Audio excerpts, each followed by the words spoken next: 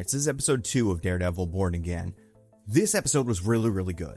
I think if this was where we started, obviously there'd be some gaps we need to fill in, and those you could fill in along the way, but like just this intro, this opening where Hector is going to fight these guys who will turn out to be cops, accidentally kills one, and that sets the season in motion, or at least sets some sort of mini arc in motion, I think is very compelling. It's something we have not dealt with before.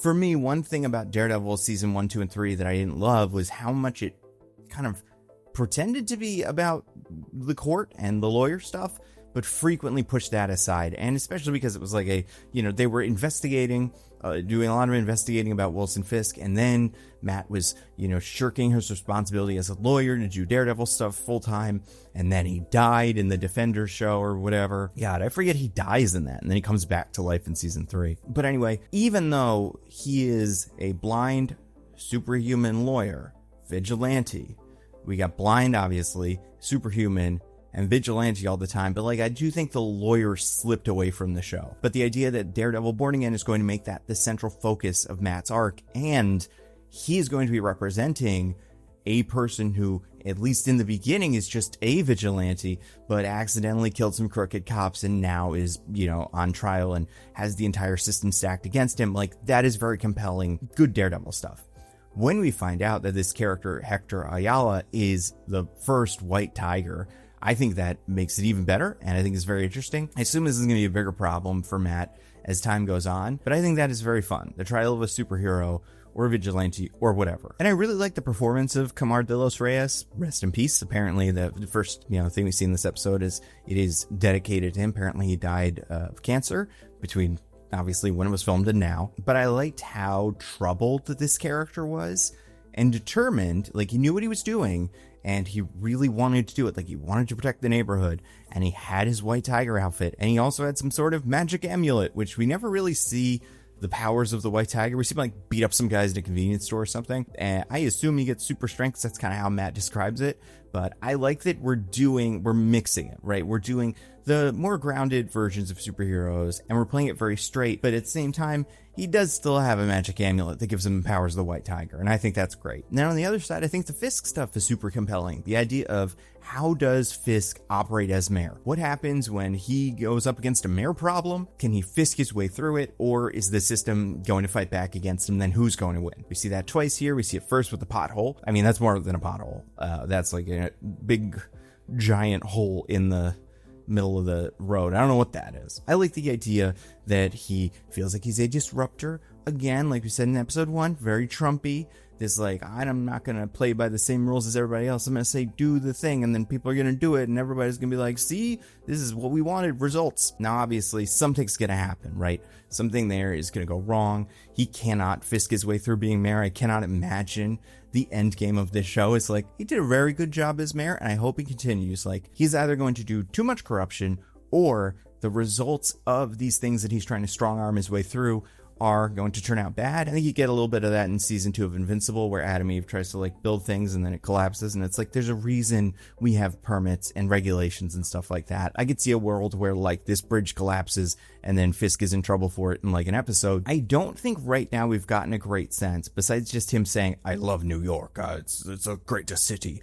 We don't know why he's doing this, because this feels very unusual. This feels like something that he is poorly suited for, especially considering how many times he's been arrested and how many times he has been caught up in superhero nonsense. So I do think for him to go out on this limb, it's got to be something more than just the city is in danger and I love it so much. Especially because in season 1, he became a public figure, and he did a speech that is the kind of speech you would do if you were running for mayor, where it was I'm Wilson Fisk and I'm going to help the city. And it's this is that again. And he's already tried that. Why would he do this through politics when he's obviously better suited to do it through crime? And I think we'll get more of that. And I love the Vanessa stuff, marriage counseling. Again, we cannot not compare this to Trump, who spends very little time with his wife. Now, obviously, we know that Wilson and Vanessa have a very deep love of each other, or of doing crimes together, or whatever it is. It's complicated, but that's what's fun about it, is a complicated relationship. It is interesting that Vanessa, much like in season 3,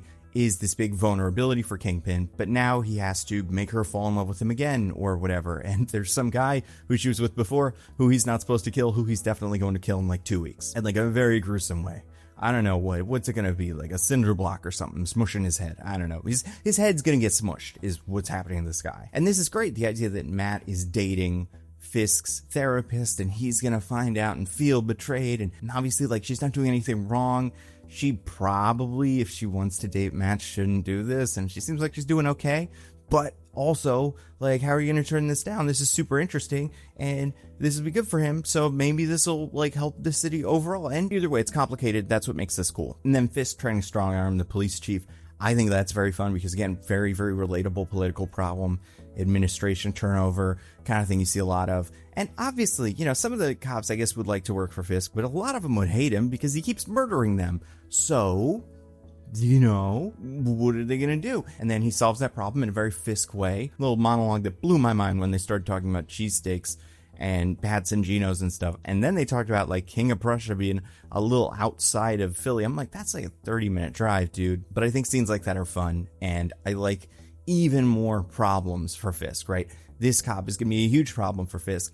And now it's another, you know, sword hanging over him. But then the episode ends on this very strong moment where Matt ends up fighting and I think killing at least one of these cops that are here to kill the other witness. First of all, love how smug Matt is in this scene when the cops come in and there's no one there, because Matt Murdock is an asshole a lot of the time. Like, that is something that feels completely in line with how his character would react, especially in a situation where he's getting one over on crooked cops. He's psyched to do that, and especially in a situation like that where he's like, well, they're not gonna like shoot me. That would be insane. I'm the guy's lawyer and I'll get shot here, and you know, they'll trace it back to us and web of corruption. I mean, this kind of thing happens every season on Daredevil. And also, like, they don't know who knows he's there. It just is a horrible idea that they're crooked cops. They're going to do it anyway. We get a very brutal fight scene, a lot of yelling, and then I think that really abrupt cut from him screaming to the credits with the song Get Free by the Vines. Cool.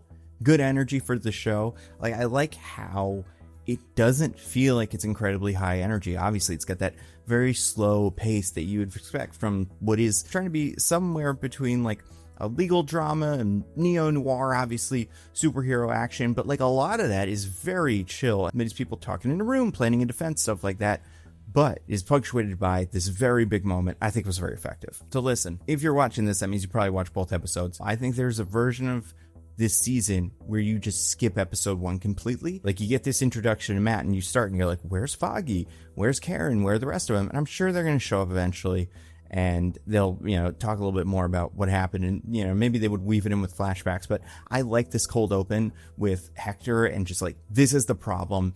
This feels like Daredevil now. This does not feel like bridging seasons of Daredevil. Like, this feels like it could have come right after season 3.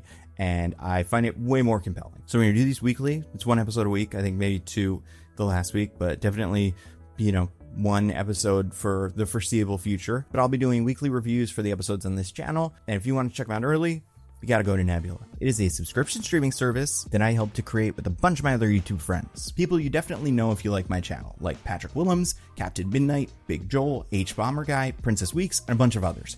Go to the culture tab and just poke around. You will find someone you already love. And for my Nando V Movies and Nando Cut videos, the entire Nando Cinematic Universe, they all go up early on Nebula. The Nando V Movies videos are usually a week early. The Nando Cut videos are usually closer to a day or so. But when it comes to a movie review, that can mean the difference between me recommending you immediately see a movie like Deadpool and Wolverine, or me warning you that you immediately see a movie like Madam Web. Either way, see Madam Web. Madam Web's great. Also, if you've seen these ads in the past, you've definitely seen me talk about Abolish Everything, a new show that was coming to Nebula. Well, they recorded it and it came to Nebula and it's great. It is so funny. I had such a good time watching it. Check out the trailer online and then definitely go watch an episode. I don't know if you guys are like me, but this is the kind of thing I could watch full seasons of. You can also download videos to the Nebula app and watch them wherever you want. And we're adding new creators every day. We have guest passes. It's really incredible. And speaking of incredible, Nebula is already a steal at $60 a year, $5 a month. But if you go to go.nebula.tv/thenandocut, you can get a year of Nebula for $36. That is $3 a month. It's an incredible deal. Again, go to go.nebula.tv/thenandocut. You're going to love it. So thank you all so much for supporting. Stay safe, and I'll see you around.